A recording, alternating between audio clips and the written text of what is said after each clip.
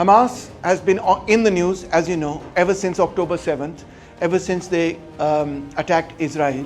And since then, for about a year now, Israelis have been pounding Gaza like one cannot imagine. So Hamas was created in 1987. This marks the beginning of what is referred to as the first Palestinian intifada. The word intifada means uprising, like a revolution, like inqilab, etc. And this began to happen in the context of a situation where the Palestinian movement seemed like it had completely lost. And what happened during this intifada is that there was a spontaneous upsurge of young people who started to pick up stones and they started throwing it at the Israeli army. And it was a huge shock. You know, this was also the period where television, etc., was covering it, and pictures, etc., were covering it. It was a huge shock that even children were picking up stones and throwing them at the Palestinians, and so on. So this was a general uprising. It wasn't really organized by anybody as such. People just kind of erupted. And so this was the period where Hamas was really created. It was created out of the first intifada, as a result of that first intifada, and also as a result of young people saying, inside the occupied territories of Palestine, that enough is enough. Till this point in time, in fact, most of the fighting had occurred not inside the Palestinian territories, but on the border between Jordan, on the border with Egypt, on the border with Lebanon, on the border with Syria, and so on and so forth. So this was now something that had occurred from within the Palestinian territories, although, of course, in 36 that had also happened, in 48 to a very large extent with the Nakba, etc., that had happened, and so on. But this was quite unique. And this is what inspired the Ikhwan al-Muslimin. Now you have to understand that Arab politics at that time was dominated by big names who were all secular leaders. I've spoken about Gamal Abdel Nasser, but Palestinian politics was dominated by Yasser Arafat, who is also referred to as Abu Ammar by the Palestinians. They really love Yasser Arafat. They consider him to be the man who led the Palestinian struggle for decades, from the late 1960s all the way till his death. And the Palestinians say it wasn't a normal death. In fact, the Israelis surrounded his compound in Ramallah, and they even believe that he was poisoned, and so on and so forth. So he's really loved and admired, etc. The PLO itself was founded in 1964, and it was really Nasser who raised Arafat as the person who was going to lead the Palestinian Liberation Organization, and raised Al-Fatah as the main organization of the PLO. The PLO is not one party, by the way. The PLO is a set of different political parties that have united as the Palestinian Liberation Organization. Arafat's party is known as Al-Fatah. Fatah, of course, means victory, the victory. But the other major organizations of the PFL are Marxist organizations in the PLO. So the second largest probably organization in the PLO is known as the PFLP, Popular Front for the Liberation of Palestine, led by a Christian whose name is George Habash, although there are Muslims and Christians both involved in it. And that's a Marxist organization. And the other organization is known as DFLP, which is the Democratic Front for the Liberation of Palestine, which is also Marxist. And then there's the Palestinian People's Party, which is the Communist Party of Palestine, etc. And many other parties like that, PLF and DLF, and lots and lots of organizations. But PLO is generally a secular organization. Unka jo charter bhi hai, their program, etc., says that we want to create a state in which Jews, Christians, Muslims will live all together with equal rights in a secular state. Okay, so now in the 60s and up to the 70s, really, the secular left-wing sort of nationalists dominated the Arab landscape. These were the big leaders. But now certain things began to change. Firstly was the 1967 defeat in what is referred to as the Six-Day War. I will cover this later, but just go with it for now. This was a war mainly between Israel and Egypt, although other countries were also involved. And then again, after that, the Yom Kippur War in 73. After which, in 78, Sadat basically decided that he's going to make peace with Israel. Okay. Secondly, PLO was attacked by the Jordanian state in 1970 after the famous Black September sort of thing and what happened in the Munich Olympics. And the Jordanian king, Shah Hussein, kicked out the PLO from Jordan because PLO was mainly fighting from Jordan against Israel. And of course he had a deal with Israel, I'll help kick out the PLO, you know, you make peace with me, and so on and so forth. So the PLO then went to Lebanon, and Israel then invaded Lebanon, just as they're invading Lebanon today. They not only invaded Lebanon, they went all the way up to Beirut to kill Yasser Arafat and to destroy the PLO. And they were not successful. They couldn't kill him. And he had to then, of course, leave Lebanon in 1982 under UN watch and so on. Syria then occupied Lebanon for a very long time, and Israel occupied southern Lebanon for a very long time until 2000, when Hezbollah finally managed to push Israel back from southern Lebanon. Okay, so long, very interesting, complicated history.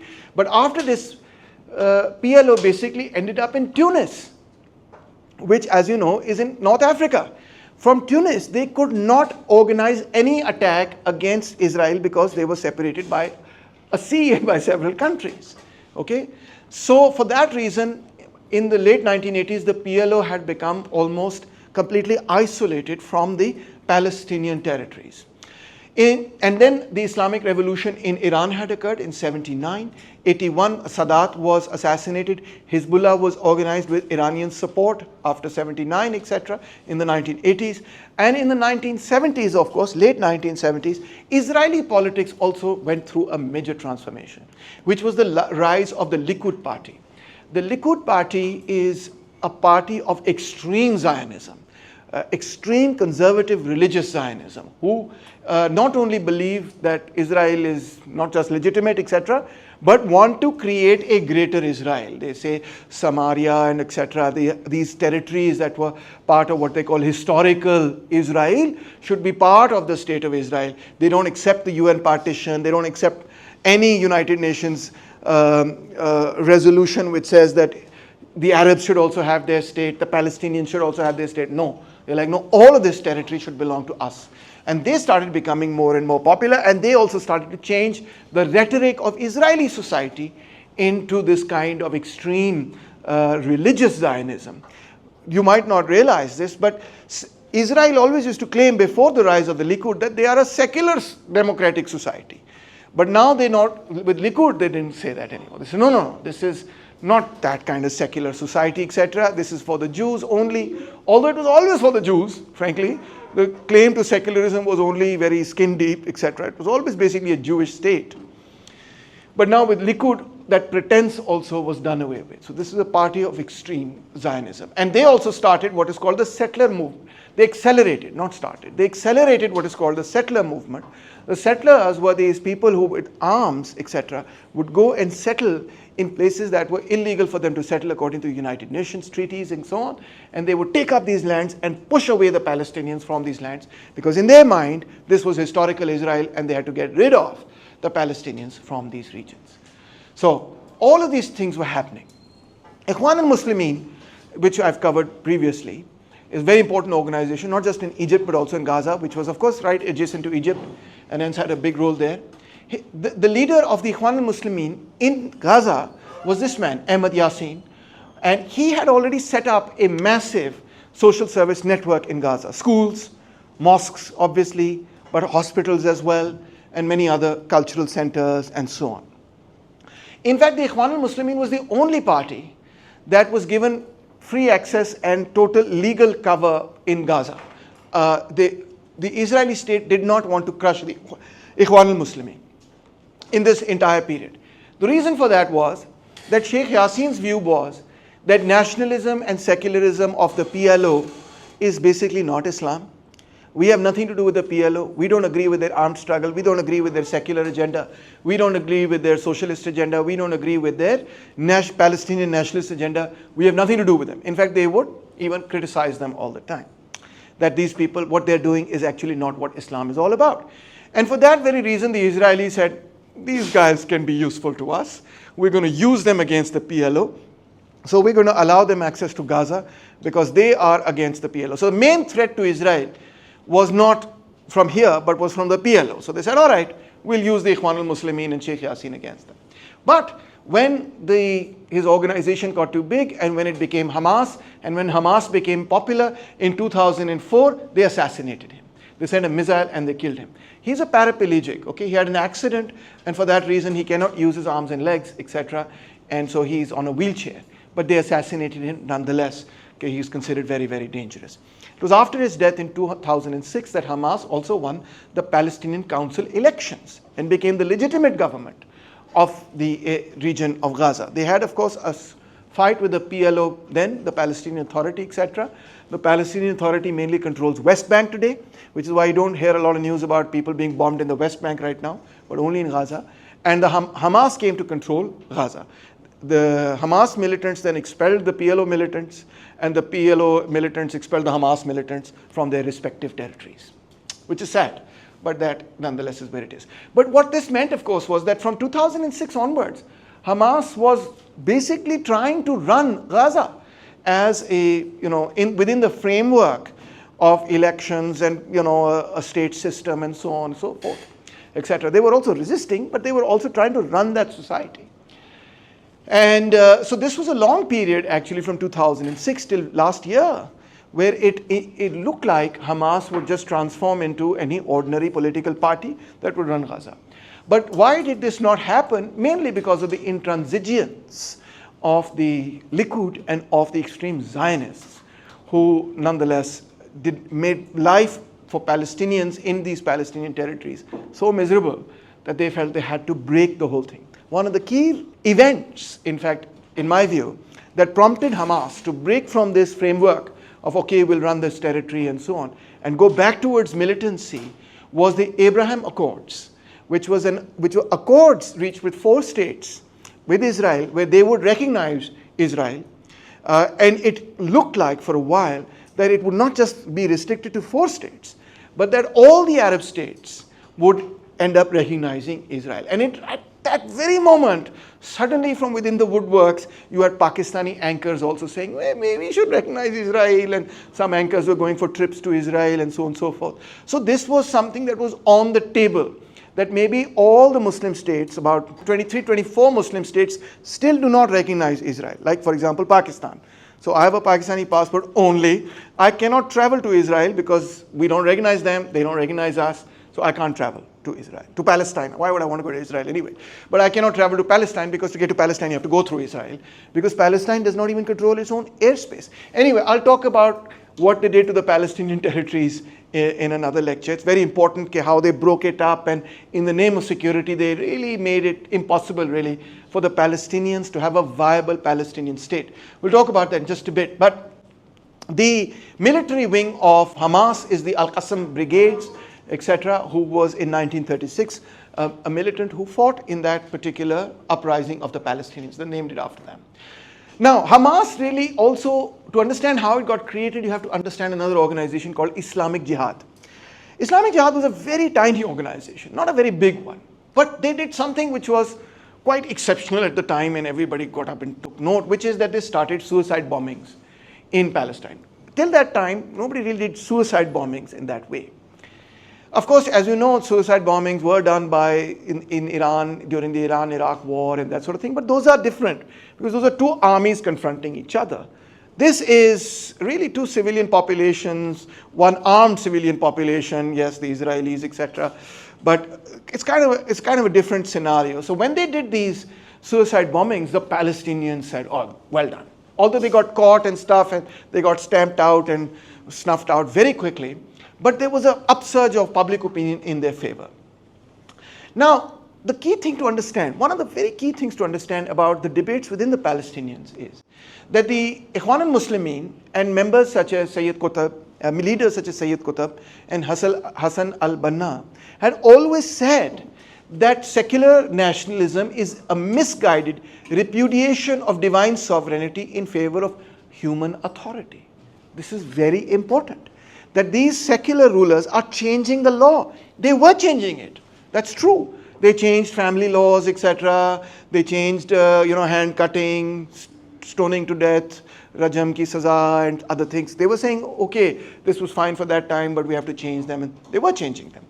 And to the traditionalists, these changes were completely unacceptable. So they said, these people are going for secular law, and that is Western law, and we don't accept that.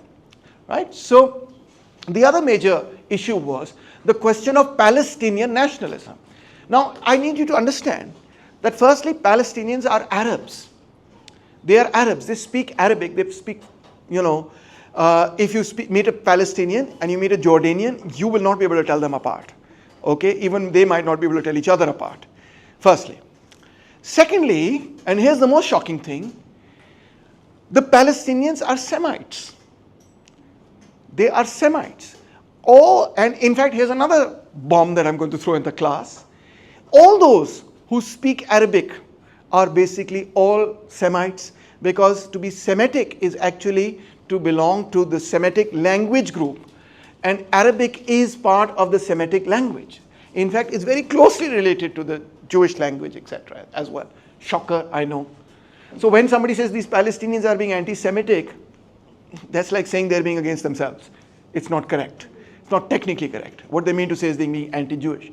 But because when the Jews emigrated from the Middle East to Europe, in Europe they were referred to as Semites. So therefore the term became popular in Europe as anti-Semitic, became common there. But really, anybody who speaks Arabic is part of the Semitic family as such. Okay? Arabic is part of the Semitic languages. So that's another thing. Now, in the midst of all of this, you also have a situation where there are various claims to Palestinian loyalty. One claim, of course, is from the traditional Islamic scholars that we are all Muslims and therefore we should all combine as the Ummat. One claim. The second claim was Arab secular nationalism, which was very left-wing at that time, which was saying we are all Arabs. And hence all those who speak Arabic, regardless of their ethnicity, not every Arabic speaker is ethnically the same. Arabic speakers may also be North Africans and blah, blah, blah. Ethnically, they may be different. Because Arabic as a language has spread across the Middle East and across North Africa. Ethnically, those people are very different from the people of Saudi Arabia, etc., the original Arabs, but they speak Arabic. Okay? So the idea was all those who speak Arabic are really one people and they should all come together. What that means, of course, is, and this is very important, is that not everybody who spoke Arabic was a Muslim. People who spoke Arabic were also Christians. This is, of course, the Middle East, the heart of Christianity. And many of those people who spoke Arabic were Jews. This is, of course, this region, the heart of Judaism. It's the heart of all Abrahamic religions. And Palestine is right in the center of all of this. That's where all of this is kind of focused. There are millions of Arabic Jews who live, Arab Jews, who live in the Middle East and have been living there for thousands of years. If you meet them, you won't be able to tell them apart from Muslim Jews unless they wear special whatever. By the way they speak or by their appearance, you'll say, these are the same as those guys. But actually, religiously, they are a different, of a different faith. So there were up to more than 1 million Jews who used to live in Iraq. From that time, that biblical time, they've been living there. I mean, that is like insane. In the sense, that's not insane, but it's insane in the sense that they've been living there for Jaddi Pushti. Okay, they are as much Iraqi as anybody else. That's how ancient that community is inside Iraq. And of course, the people who were not moved by the Babylonians who conquered the Israeli state, they continue to live in what is today Israel and Palestine, etc. And they also lived in many other states around the Middle East, etc. So those are the big states they lived in. But they lived in many different states. There were states that turned towards Judaism in the Middle Ages, whole lock, stock and barrel even. So that also happened. So anyway, it's a complicated situation. So the Pan-Arabists are saying, anybody who speaks Arabic, Jews, Christians, Muslims, Druze, any other religious group, we're all one people, we all speak Arabic, we should be one state. And that should be a left-wing sort of socialist sort of state. And now thirdly, although this is not necessarily in contradiction with Arab nationalism, you had the Palestinian nationalism. And Palestinian nationalism was saying, yes, we are part of the broader Arab nationalism, but what we want is Palestinian statehood. We want Palestine to become a state. And for that, we have to fight against Zionism. And that was led by Yasser Arafat. So those are the different loyalties for which people are fighting. They're fighting for the loyalties of the Palestinians. These are the major forces, etc. So for the traditional ulama, they said, no, our first identity is the ummat, which is a religious identity. not the linguistic identity, and not a nationalist identity. And so we want to create a community of Muslims, not with the Christians are separate and Jews are separate, etc. But now Islamic Jihad started speaking about Wataniya, which is just the same word as Watan, which is of course nationalism. They began to say that Islamism and Wataniya, Watan, love of the Watan, is not in contradiction with each other. This is a different thing from what Sayyid Qutb and Hassan al-Banna and many others, even Maududi, etc., were writing in the 30s, 40s, 50s, etc. By the 80s, they're beginning to say, no, we need to incorporate Palestinian nationalism into our religious framework. Hamas also wanted to popularize, saw what was going on with Islamic Jihad, wanted to do the same thing, and they also began to soften their position on nationalism, and they created a new doctrine. This is important as far as political philosophy, etc. is concerned, called that, saying that historic Palestine is a waqf. It is a sacred trust, and we must treat it as that. We'll go into more detail just there. In 87, as the children were coming up in the Intifada and throwing stones, as you can see, look at this little kid, my God. He's like, what, 10 years old, 8 years old? I can't tell. They created their first charter. The charter reads, our battle with the Jews is long and dangerous, requiring all dedicated efforts. Note, this says Jews and not Zionists, okay? Because that was their view at that particular point in time, although that has changed now.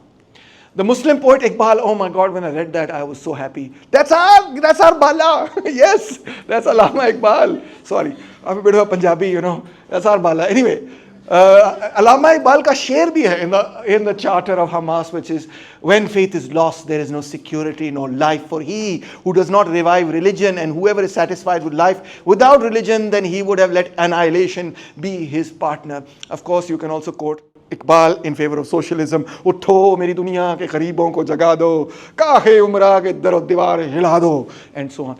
But that's just Iqbal. He's amazing.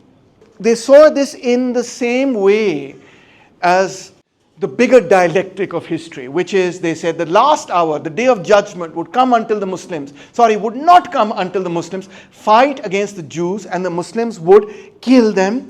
And until the Jews would hide themselves behind a stone or a tree, and a stone or a tree would say, the stone or the tree that they are hiding behind would say, Muslims are servants of Allah, there is a Jew behind me, come and kill him. But the tree of Ghargat would not say it, for it is the tree of the Jews. This is in Bukhari and Muslim. This is a very important hadith. So they quote that hadith that we have to fight them. That's what is said. And when we fight them and we destroy them, then the day of judgment will come. Now, more interestingly is the idea of waqf. This is, of course, the Al-Aqsa Mosque, and you should know its significance, which is that the Prophet, peace be upon him, when he went on his trip, when he went on a sacred mission and met with God, he went from here and ascended to heaven. And the Umayyads, of course, built this mosque after they had conquered Palestine, etc. So the Hamas writes that Palestine is an Islamic waqf. It's a trust upon all Muslim generations till the day of resurrection, till the day of judgment. It is not right to give it up, or any part of it. You cannot give it up. You have to fight for it.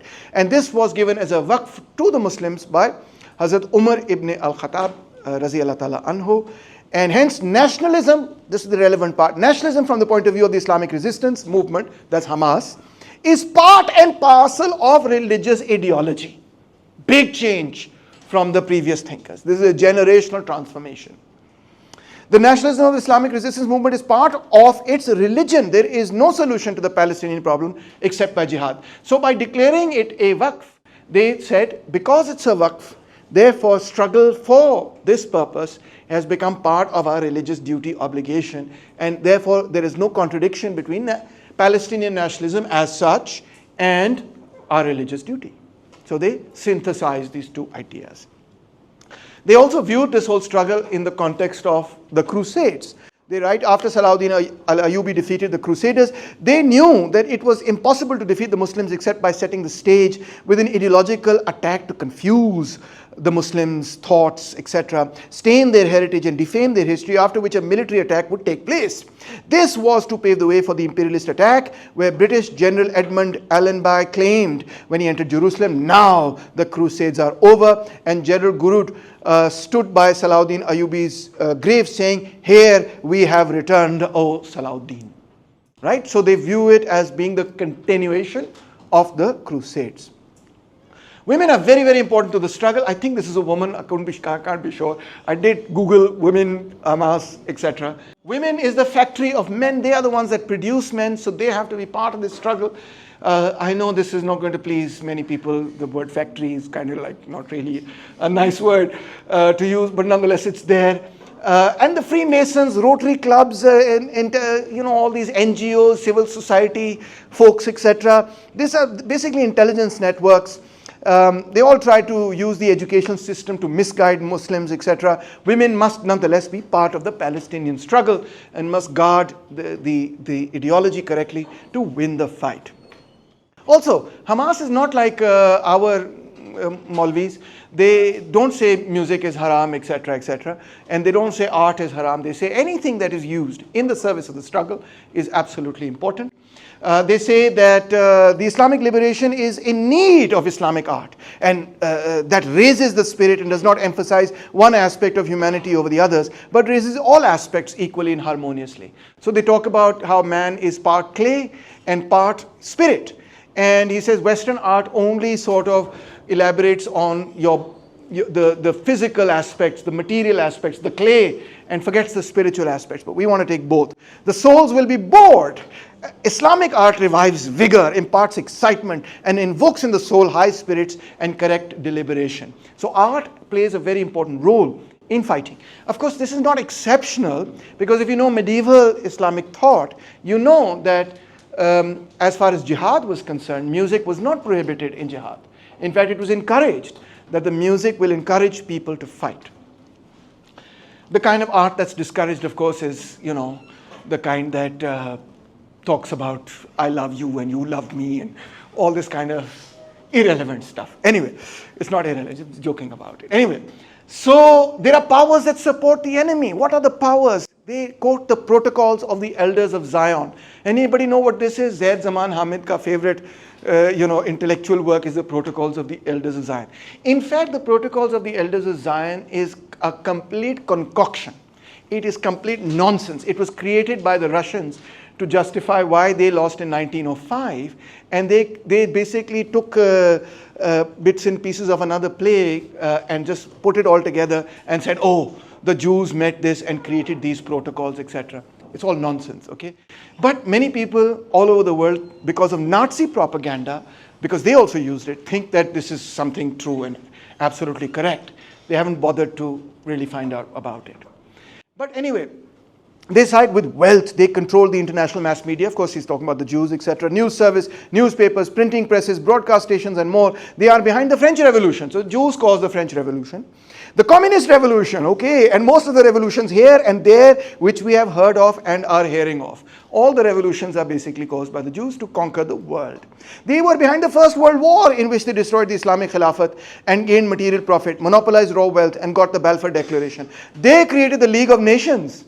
United Nations se pehle jo aayi thi, League of Nations. So they could control the world through that organization. They are behind the Second World War, where they grossed huge profits from their trade of war materials and set down the foundations to establish their nation by forming the United Nations and Security Council instead of the League of Nations, in order to rule the world through that organization. Now this is very much fascist propaganda.